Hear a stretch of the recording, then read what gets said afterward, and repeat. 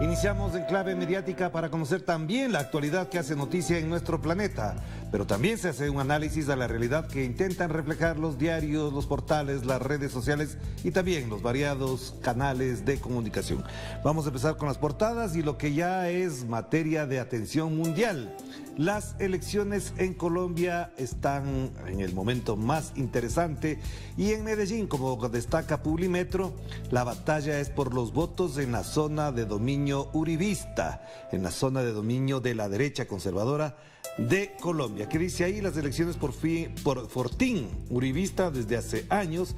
Fajardo y Petro buscan quitarle votos a Pico en la capital de Antioquia y la sanción a Daniel Quintero aviva la pelea. No se olviden que Daniel Quintero fue sancionado por la Procuraduría por supuestamente hacer campaña electoral. Claro, y por supuesto era a favor de la campaña del señor Pico Fernández, que está, que está en esta locación como su mayor fortín, como lo destaca Publimetro. Pero las encuestas obviamente todavía dan una distancia de alrededor de 20 puntos de diferencia entre el primero y segundo lugar. ¿Quién encabeza las encuestas? Gustavo Petro, y por eso todos los tiros se dirigen a él. Pasamos a página 12. La preocupación que ya existía hace pocos días atrás, pude estar en la Feria del Libro de Buenos Aires y ahí ya se hablaba de un incremento del contagio. ¿Qué dice página 12? Tras meses de aparente tranquilidad amenaza la emergencia de una nueva ola de coronavirus. Los casos se triplicaron en 15 días, empezando por la ciudad de Buenos Aires y luego en la provincia de Buenos Aires. Ahora domina la nueva variante de Omicron, un 40% más contagiosa que la anterior. La buena noticia es que la vacunación consiguió que por el momento no suban tanto las internaciones y las muertes. Lo que se destaca ahí efectivamente es que la vacunación impide que el impacto sea mortal por parte de este virus, pero efectivamente hay un incremento. Y vamos a ver que más adelante también ocurre en Chile, pero ahora pasemos a Perú. Elecciones internas con candidatos a dedo. ¿Qué dice este titular? No dice absolutamente nada. Es un titular que efectivamente le falta el verbo y apelar a eso, que incluso en términos de redacción periodística, cualquier editor con algo de responsabilidad le diría a su periodista, ¿qué pasó ahí? Ese titular no me dice nada. Pero hay que leer lo anterior para entender. Sin reforma política siempre terminaremos votando entre lo malo y lo peor. ¿Qué es eso? ¿Información? ¿Eso es editorial? ¿A qué apela? La República peca de politizar todos los titulares, pero en este ni siquiera llega a decir exactamente qué quiere colocar. Cuando uno lee esto de acá, en cambio entiende hacia dónde apunta. Con 15 partidos, 131 movimientos regionales y una alianza electoral, mayoría de los militantes no tienen opciones al votar por candidatos a elecciones regionales y municipales. ¿Quién les ha dicho que no tienen? ¿De dónde sacaron esa información? ¿Por qué se colocan en la postura de interpretar una realidad que no se ha demostrado? ¿Qué dice después? Parecería el editorial principal del diario La República. Esta situación poco democrática, el incremento de movimientos es una situación poco democrática. No sabía eso. Dispuesta por el Congreso se repetirá el domingo 22, cuando los grupos restantes, los candidatos sean elegidos por delegados. Elecciones internas, dice que es una situación poco democrática, con candidatos a dedo. ¿Quién dijo que eran candidatos a dedo? ¿De dónde sacaron eso? ¿Dónde lo colocaron? Pero claro, lo que están tratando es de deslegitimar el sistema político en general para que se coloquen los intereses empresariales a los cuales representa este diario. Y bueno, lo único valioso de la portada es el eclipse lunar que impactó al mundo, dice La República. Y ahí tienen ustedes el eclipse lunar que fue atención de millones de personas en todo el planeta. Y acá, la primera dama volará a declarar si pasa a ser investigada. No tienen otra cosa que preocuparse, como que en Perú, por ejemplo, se olvidaron de qué pasó con la transnacional Repsol, la indemnización del gobierno, qué pasa con la zona de afectación. Es decir, no se preocupan de la realidad, sino de la escena política para colocar su postura y su actoría política. Titular deplorable desde cualquier punto de vista. Desde el primer año de periodismo esto sería un fracaso en una prueba de titulación, pero ahí tienen, lo tienen ahí. Y el ABC de España lo coloca coloca el tema de la OTAN, la posible inclusión de Suecia a la OTAN. ¿Y qué dice el titular? La OTAN protegerá militarmente a Suecia y a Finlandia durante el proceso de adhesión. ¿Protegerá de qué? ¿De qué tienen miedo? ¿Por qué se unen a la OTAN? Si es para eso precisamente, para generar el mayor bloque militar político de Europa y con eso amenazar a otros países como que es la intención de Estados Unidos. ¿Qué dice aquí? Helsinki, por supuesto la capital, solicita oficialmente su entrada en la alianza, y en Estocolmo el Partido Socialdemócrata en el gobierno da luz verde a la petición del ingreso. Obviamente las capitales de Finlandia y Suecia, como se plantea aquí, estarían de acuerdo en el ingreso a la OTAN. Esto solamente da cuenta del momento militar que se vive en Europa, lo cual ya han dicho varios, pero muchos analistas, a los únicos que perjudica es a los europeos, no a los gobiernos, no a las Fuerzas Armadas, sino a los europeos, que tienen que pagar más por impuestos y por supuesto meterse en líos de orden foráneo, extranjero, como es el conflicto de Ucrania con Rusia. Ahí va. Y aquí lo que les mencionaba de Chile también, COVID-19, dice, se registra su mayor alza de casos activos desde enero y velocidad de vacunación de la cuarta dosis cae a la mitad.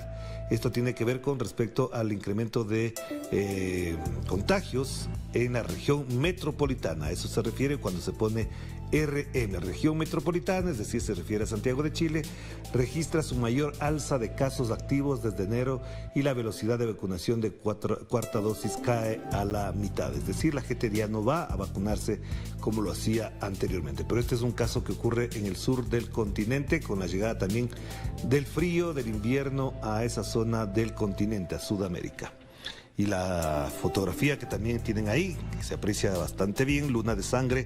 Anoche se observó el espectacular eclipse total lunar. Vamos con Milenio, un tema a propósito de un informe de las Naciones Unidas con respecto a la migración, que dice: los migrantes intensifican el uso de rutas marítimas para cruzar hacia Estados Unidos. Este es un informe que salió hace pocos días, si no me equivoco, el día viernes pasado o sábado en la mañana ya se hizo público este informe de la Organización de las Naciones Unidas, que dice que los indocumentados cambian de estrategia ante el endurecimiento de la vigilancia en México, arriba por las costas de Chiapas, Querétaro, Yucatán y Veracruz. Este término de indocumentados no es el más adecuado, porque documentos tienen, lo que no tienen es visa, que ese es otro tema, pero indocumentados son. Todas las personas llevan su pasaporte, ya sabemos cómo lo utilizan los coyoteros, pero documentos tienen. Este es un documento que da cuenta además de la intensificación de la migración, y aquí en el primer párrafo se indica: indocumentados centroamericanos, cubanos y de otras naciones intensificaron el uso de rutas marítimas en su intento de llegar a Estados Unidos, de acuerdo con la ONU. En el documento titulado Mar Adentro, Migrantes y Náufragos, el organismo revela que entra por las costas que antes mencionábamos: Chiapas, Yucatán, Quintana Roo, Baja California y Veracruz. Me corrijo porque antes dije Veracruz, y es en realidad Quintana Roo, Baja California y Veracruz, donde se está testimoniando, se está verificando este ingreso masivo de personas que intentan pasar después hacia Estados Unidos por la vía marítima. Pasamos a últimas noticias de Venezuela.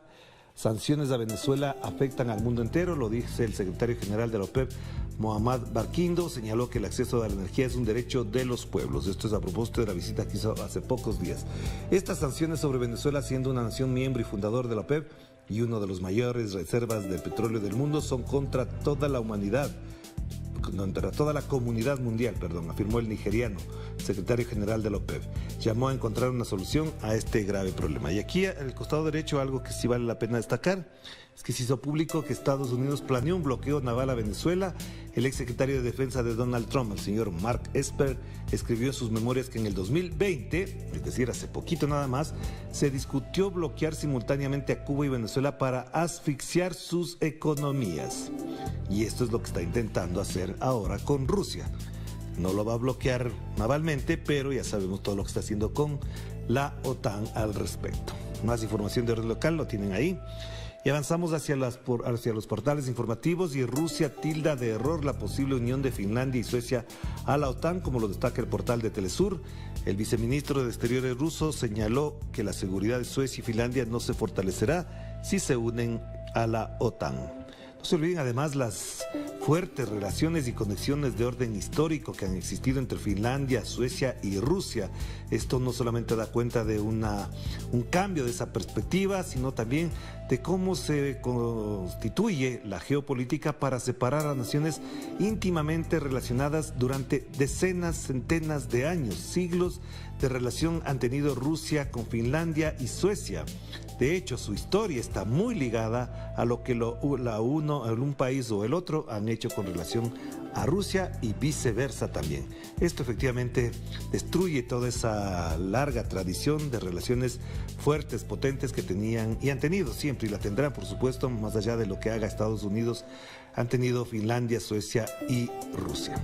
Más información en el costado derecho. Irán propone soluciones a Estados Unidos para reanudar el acuerdo nuclear, un tema permanente y latente. Corea del Norte supera los 390,000 casos diarios de coronavirus, una situación que sorprendió al mundo porque ahí no había, esta situación no se había presentado y ahora tienen casi 400,000 personas contagiadas. Y más del 80% de los peruanos desaprueban la gestión del Congreso. Esta es la encuesta que no ha publicado la República en este momento. Vamos con Nodal, Noticias de América Latina, el Caribe, destaca la información de Argentina. El Senado aprueba pagar al FMI con capitales fugados, una decisión que obviamente tiene sus repercusiones de orden política, porque efectivamente buena parte de la deuda adquirida con el Fondo Monetario Internacional salió de Argentina, es lo que se ha dicho permanentemente, y ahí tienen ustedes. Y acá hay una gira europea por parte de Alberto Fernández. Se reunió este fin de semana con Emmanuel Macron, presidente reelecto de Francia, y volvió a pedir por el fin de la guerra, es lo que está planteado ahí. Y aquí hay una noticia importante también a propósito de la pandemia que lo mencionábamos. La biofarmacéutica Sinovac inicia en Chile la construcción de su primera planta en Latinoamérica. El presidente Guillermo Lasso de Ecuador dijo que iba a construir, que se habían establecido los contactos, que ya estaba todo listo, y hasta ahora no pasa nada. Pero en Chile ya va a empezar la construcción de la primera planta para la fabricación de la vacuna también, y otros elementos, otros productos también de esa fábrica. Y vamos a la agencia española EFE.